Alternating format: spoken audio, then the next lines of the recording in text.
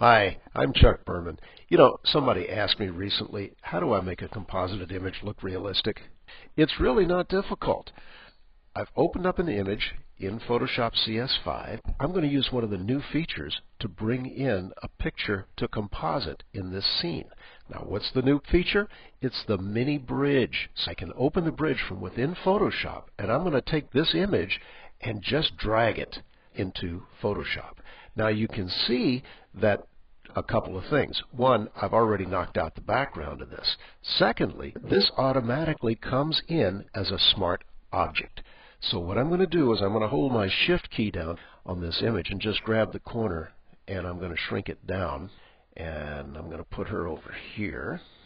Shrink her down just a little bit more. Okay, I'm going to click my Enter key in order to accept this, and now I'm going to close that mini bridge. So I'm going to go down here and I'm going to put a layer mask on the image of the girl, and then I'm going to use my paintbrush and paint with black to just go in here a little bit and just kind of fuzz this area down just to get rid of that sharp edge. I need a reflection. So what do? I copy this layer. One way I can do it is just take it and drag it down to my new layer, and you can see I have Girl Copy. So I'm going to go over here to the Edit menu, come down to Transform, and I'm going to flip her vertically.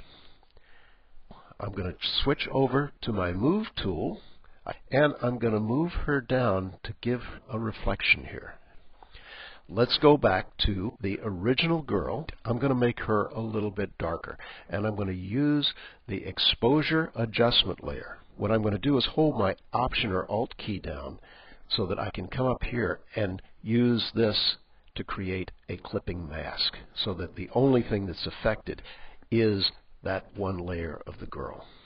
So now I'm going to bring the exposure down, and the only other thing we need to do now is we need to go to the Girl Copy and blend that in. I can just go to the opacity, and let's take that down to 20%. Why is 20 so significant? Well, it's the 20th anniversary of Adobe, so let's just choose 20%. Let's go in and choose a blend mode, hard light. So there we are. We've got our image. It looks pretty realistic.